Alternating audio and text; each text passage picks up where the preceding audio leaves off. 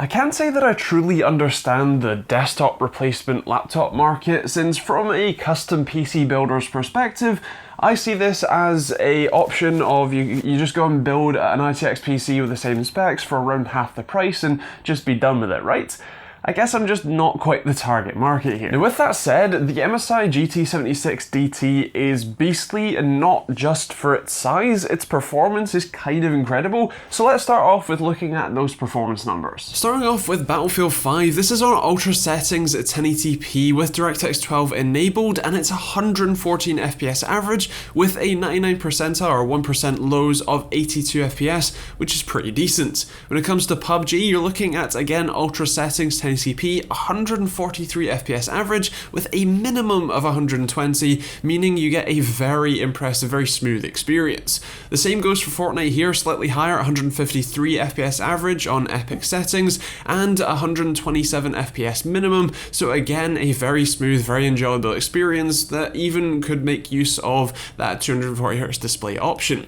The same goes for Apex Legends. Now it does have a bit of a weird FPS cap, so it's 140 FPS maximum, but minimum of 121 as well, so again a very playable and enjoyable experience overall. Those performance numbers you just saw aren't quite at the same level as a comparably spec desktop machine. In fact, they're about 15% slower on average, but you can chalk that up to a relatively small amount of space for cooling and limited power delivery available, so overall it's still pretty impressive for what you get here. Now speaking of the cooling, this thing gets incredibly loud and seemingly randomly as well. I had a thing where when it boots up, it was running at about 75% fan speed for a fairly significant amount of time. Here is what it sounds like at 100% fan speed. So just to give you a reference, this is how loud I sound about a foot away from the microphone. And here's the laptop on its turbo mode. It's so loud that I actually have to shout just to hear myself, and it'd be very annoying to try and hold a conversation next to this thing.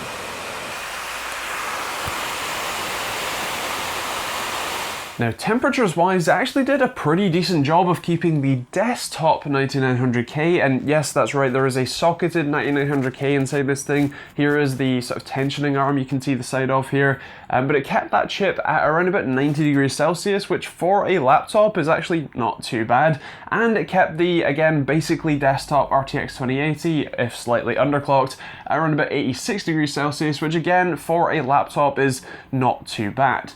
It also didn't transfer basically any heat up to the keyboard area at all, so great job on the cooling there. Now the display on my model is actually the 4K option, 4K 60Hz, which while very nice to look at, very crisp, and actually pretty color accurate too overall anyway, it's not the best gaming experience. It felt a little bit laggy at times, and comparing to the spec that you get in this and the sheer number of FPS that you can get, it seems like a bit of a weird option.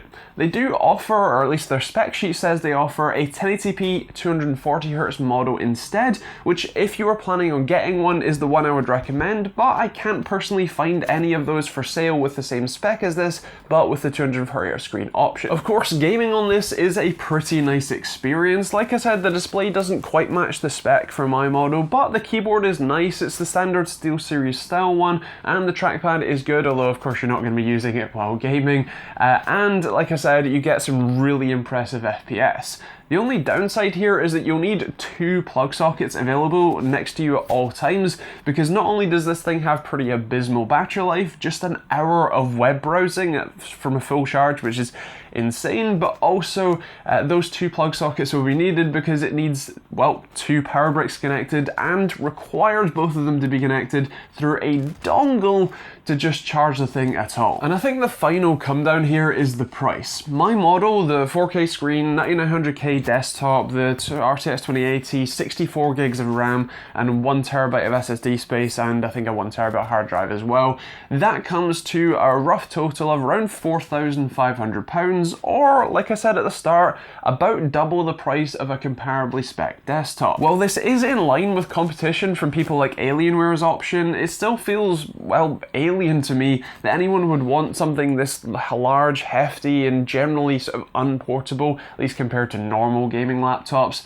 instead of either a desktop or a normal gaming laptop. But like I said at the start, I'm not exactly the target market. So if you are in the market for a desktop replacement style laptop with literal desktop hardware inside, amazing performance, and you don't mind it being a little bit on the loud side, then the MSI GT76 DT seems like a really good option. Now, is it for me? I think I've made that clear already in this video that no, it's not. It's not something I would personally go out and buy, but if it is for you, I would really be interested to hear from you in the comments down below. What sort of use case do you have for this style of machine that you would prefer this over a pre-built or a custom-built PC or just a normal gaming laptop? I would definitely love to hear that in the comments down below and kind of open my mind a little bit to that. Now with that said, those are my thoughts. I would definitely love to hear yours in the comments down below. Like I said, let me know if you have a desktop replacement style laptop and why. Also let me know what you think of the MSI GT76 DT. Also, if you want to see more videos like this one every Monday, Wednesday, and Friday, there is a subscribe button just down there. You should go check it out with the bell notification icon as well. There's also a link in the description to the laptop if you want to check out pricing when and where you watch this, because it can vary. And there's even Amazon and Overclockers UK affiliate links if you want to support the channel. They don't cost you anything to use, but massively help me out when you do use them. There's a load of other links down there too you can check out for merch for hoodies or t-shirts like this one, or private internet access, which is great, and cheap VPN, or even Streamlabs OBS if you're going to start streaming with some nice software too, and you can check out some more videos over there as well. Otherwise, like I said, if you have any questions, leave those in the comments down below, and we'll see y'all in the next video.